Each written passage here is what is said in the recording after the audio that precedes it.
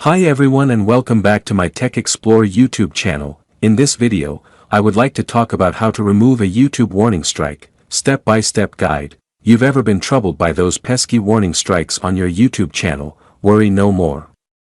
In this video, I'll guide you through the process of removing a warning strike, so let's dive right in. First things first, let me share when I received my warning strike.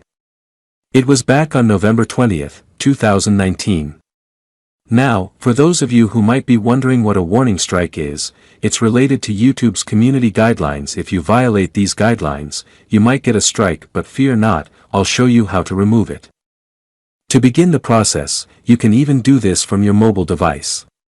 Click on the Active Community Guidelines strike. Under Take Action, click here. You'll see Content Visibility Removed. After clicking Next, now, you'll be redirected to review the policy. If you want to proceed, click Next. Take Policy Training. Your warning will expire in 90 days. To keep our community safe, your content won't be put back on YouTube. Take training and how it works. Complete a short training session, 7 questions. If you violate this policy again within 90 days, you'll get a strike. If you violate a different policy, you'll get a warning. You can still decide to appeal later. Appeal the decision. We'll take another look at your content. You can always appeal later, even after taking the training. Appeal denied on November 20th, 2019. About the training, 7 questions, 15 minutes, we want you to create and share your content confidently. In this training, you'll see scenarios related to the policy that you violated. You have unlimited attempts to get it right. YouTube doesn't allow spam, scams or other deceptive practices that take advantage of the YouTube community. We also don't allow content where the main purpose is to trick viewers into leaving YouTube for another site. Click on Take Training here. You'll be prompted to answer questions related to the community guidelines. Make sure to read the policy carefully. If you're unsure, click here to access the community guidelines rules. After reviewing, provide the correct answers. Don't worry, you can go back and correct any mistakes. Clicking on Check, you can see the correct answers. Now, click Next. Question number 1. Henry uploads a video that promises viewers that they'll see the 2022 World Cup final match, but the video directs them to another website to watch it. Answer is yes, because Henry's video violates YouTube's policies. Question number 2. A creator uploads a video with a title and description that claim that it's a full episode of a popular TV drama series. The video includes the entire episode, but there's additional commentary from the creator. Answer is no, because the creator's video violates YouTube's policies. The title and description are deceptive, leading users to believe it's the full episode of a TV drama series, which is against YouTube's guidelines on spam, deceptive practices, and scams. Question number 3. Betty uploads a video showing a day in her life. In part of the video, she reviews a product that she loves and encourages her viewers to check it out by following a link to the product website in the video's description. Answer is no, because Betty's video is within YouTube's policies. She is showcasing her day and providing an honest review of a product she loves. Encouraging viewers to check out the product with a link in the description is acceptable as long as it doesn't involve deceptive practices or lead users to harmful sites.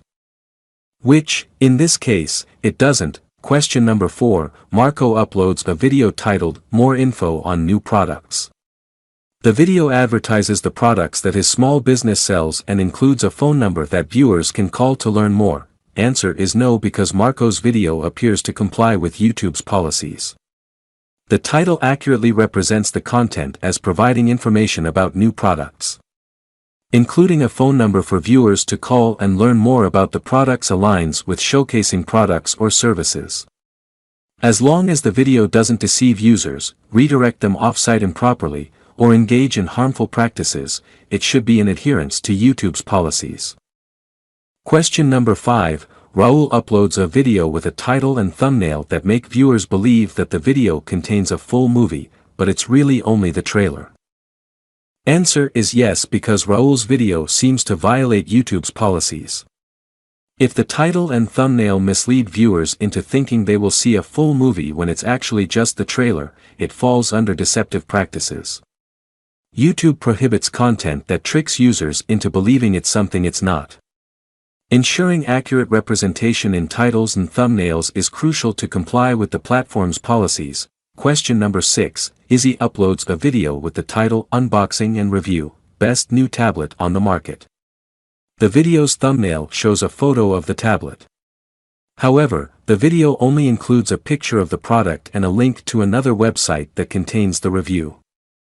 The correct answer is, this is a violation because thsi promises viewers content and requires them to visit another website to get it. Explanation: thsi's video violates YouTube's policy as it promises viewers an unboxing and review of the tablet but directs them to another website instead of providing the content on YouTube. This deceptive practice goes against the platform's guidelines on misleading titles, thumbnails, or descriptions. Question number 7. Serena uploads a video titled Introducing My Next Generation Widget 2.0, in which she unveils her newest invention. Serena describes the invention in detail and shows how it works. Near the end of the video, she encourages viewers to follow the link in the video description to view the entire prototyping and manufacturing process on her personal website. The correct answer is, this isn't a violation because Serena's video provides the content promised in the video metadata before encouraging users to check out more on her website. Fantastic!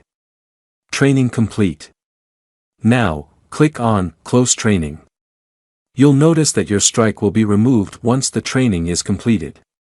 My warning strike is set to expire on May 1st, 2024, but here's a crucial tip: the reason you got the warning strike, say for uploading inappropriate content, should not be repeated.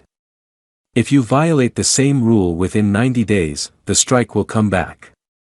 So be cautious and follow the community guidelines, and there you have it. The dashboard headache is finally coming to an end. If you found this video helpful, give it a thumbs up, subscribe to the channel, and hit the notification bell. Thanks for watching, and until next time, stay awesome.